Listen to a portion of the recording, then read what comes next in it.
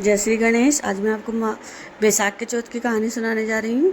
अगर आपको पसंद आए तो लाइक और सब्सक्राइब ज़रूर करना। एक साहूकार के बेटा बहू थे। बहू पियर जाती तब उसके पिता पूछते कि क्या खाकर आई है। तो बेटी बोलती, पिताजी बासी सूखी खाकर आई हूँ। एक दिन साहूकार का बेटा अपने ससुर से मिलने गया तो ससुर ने पूछा, बेटा मेरी बेटी को बासी सूखी क्यों देते हो? उसने जाकर अपनी माँ को कहा। माँ बोली, मैं तो इसको गर्म खाना देती हूँ, तू कल ही देख लेना। उसने कल देखा तो वह गर्म ही खाना खा रही थी। एक दिन फिर उसके पिता ने पूछा, बेटी क्या खा कर आई है? बेटी बोली, पिताजी बासी सूखी खा कर आई हूँ। तो उसका पति बोला कि तू झूठ क्यों बोलती है? तब वह बोली, तुम कमाते नहीं हो, आपके पिताजी कमाते हैं, तो वह मेरे लिए तो बासी सूखी हुई।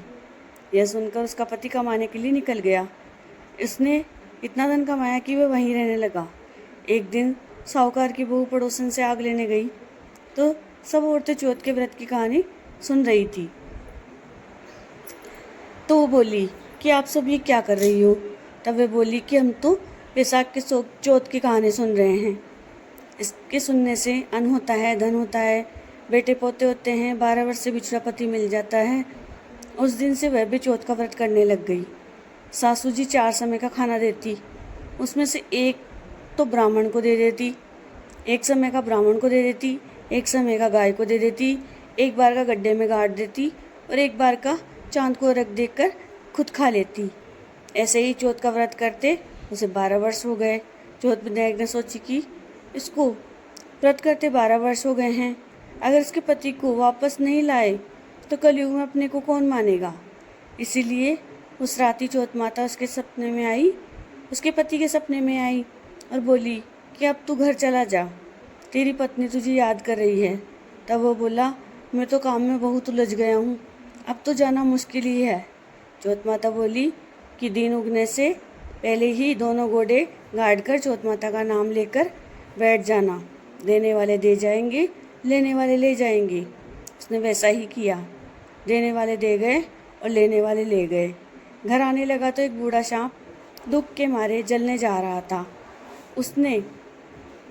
उसने उसे छिचकार दिया।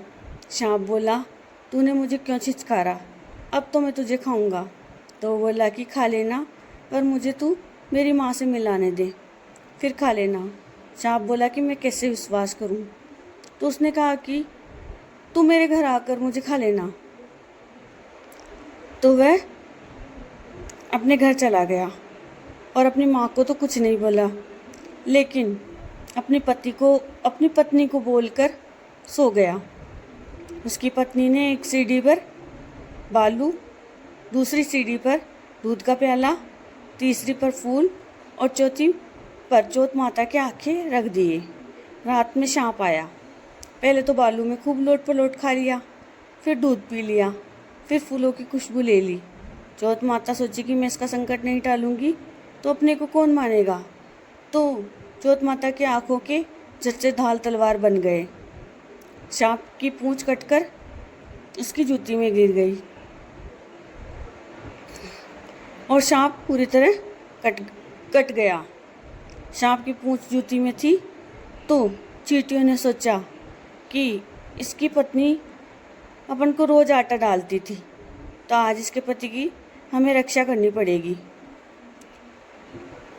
तो चींटियों ने पूंछ को खाकर धोती कर दिया और संकट टल गया।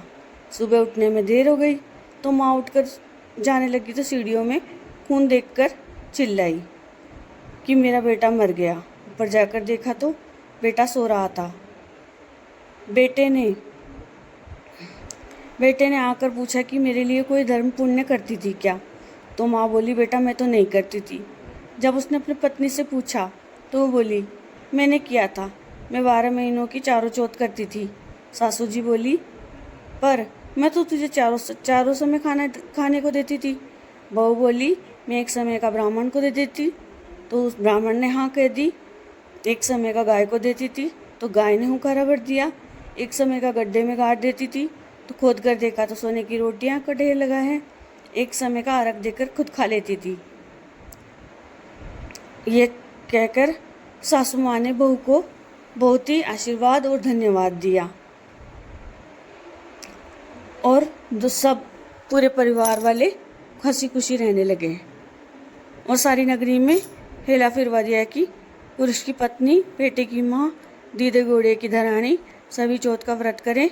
हे चौथ माता, जैसे उसको सुहाग दिया वैसा सबको देना। कहानी के कहने वाले, सुनने वाले और हुंकारा भरने वाले हमारे सारे परिवार को देना। जय श्री गणेश।